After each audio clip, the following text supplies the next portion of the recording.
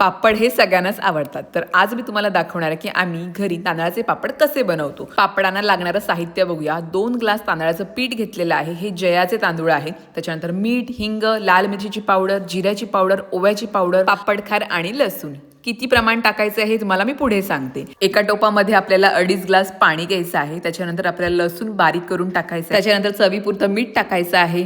लाल मिरचीची पावडर आपल्या अंदाजे टाकायची. आपल्याला किती तिखट हवंय तरी पण 1.5 चमचा आपल्याला टाकायचे आहे. जिऱ्याची पावडर आणि ओव्याची पावडर सुद्धा 1.5 चमचे टाकायचे आहे. त्याच्यानंतर आपल्याला हिंग आणि पापड खार टाकून सगळं साहित्य एकत्र करून मस्त उकळी काढायची आहे आणि त्याच्यानंतर आपल्याला तेल टाकायचं आहे. तेल टाकल्यानंतर हळूहळू आपल्याला पीठ ऍड करायचं आहे. सगळं पीठ एकदाच टाकायचं आणि ही आमची गावची पद्धत आहे. पीठ मिक्स करण्यासाठी आई लाकडाच्या गोष्टीचा वापर. कधी कधी कालथे वगैरे गरम होतात, पण लाकूड आहे तो पटकन गरम होत नाही. आणि गावाकडे पापड हे चुलीवरच बनवले जातात आणि मिक्स करण्यासाठी लाकडाचाच वापर केला जातो. त्यामुळे आईला सुद्धा तीच सवय आहे. त्यामुळे ती कालथ्याचा वापर नाही करत.